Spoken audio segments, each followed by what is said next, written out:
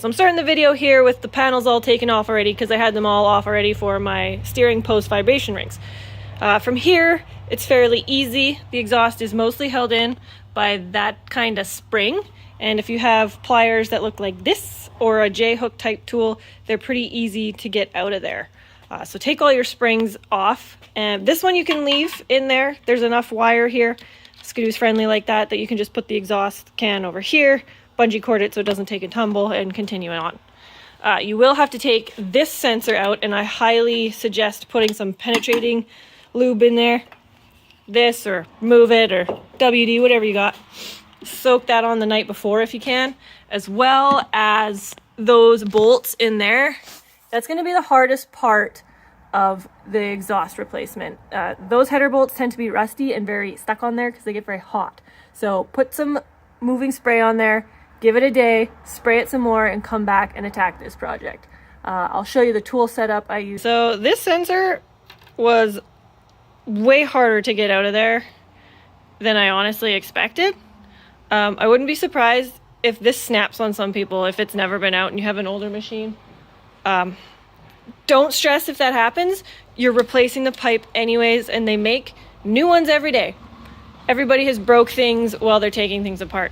Don't stress, move on, you can replace it later. But hopefully it doesn't, but it might need extra soaking, as you can see. Focus. Okay, I got the two hardest bolts out here. They go under the Y pipe in the middle.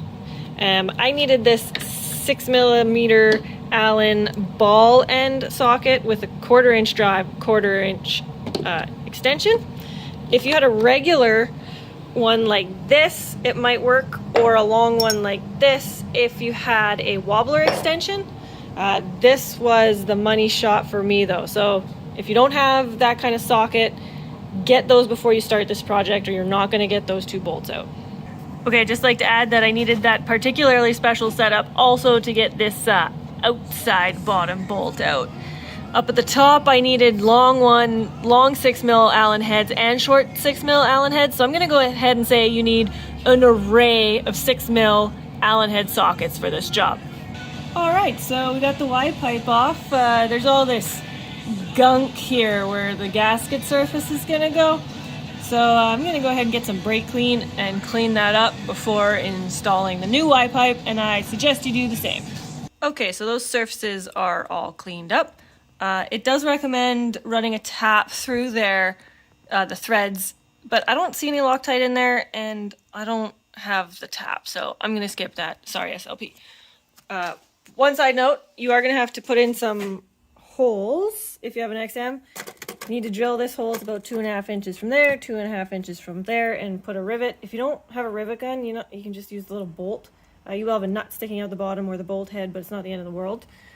Pull this bolt out of your chain case and replace that like a washer. And I still have to do this, but I'm going to put the Y pipe on first. You put another spring clip in this hole right here. It's a bit shorter, and I imagine can take a little more tension than that one.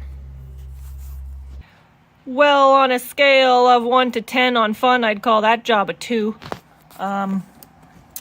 It's pretty tricky, I'm not gonna lie.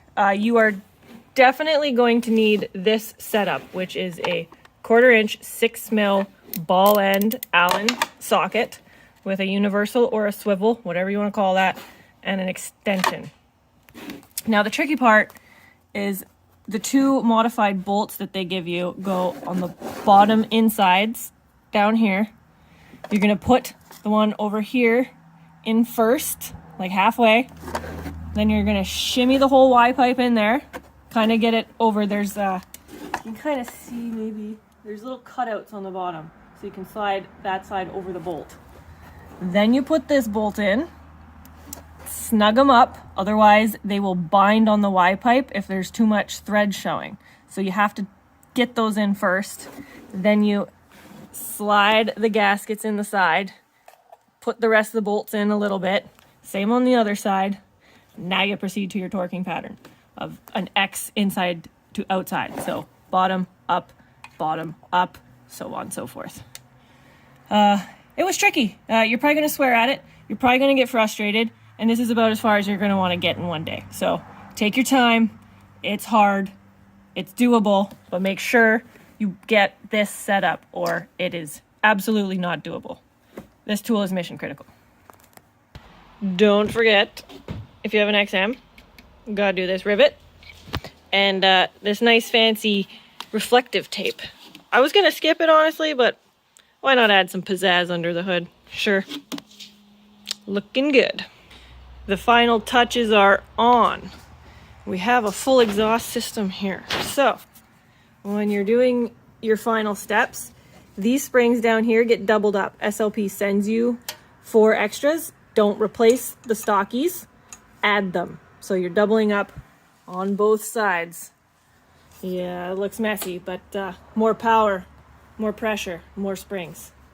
This spring here, this tab was not putting enough pressure on the spring, so I had to bend it up, as well as these two I had to bend back a bit. So if you find your springs are loose, don't stress. Grab a crescent wrench, pipe wrench, whatever you got, bend the tabs back. Lastly, don't forget to put your sensor back in and make sure you put some never sees on that sucker if you ever have to get that apart again. It'll help you out. Oh, and check and make sure that this band is tight. All done with the exhaust project. Panels are back in, test fired, sounding mint. 10 out of 10 recommend doing this yourself. It is a little tricky with the one sensor and the Y pipe, but with a little patience, the right tools, it's really not that difficult. So get in there, check out the instructions, read them first. They have some helpful tips in there. And if you have any questions, have any troubles, shoot me a DM, write a comment. I'll get back to you. I'll help you out. We'll get there together.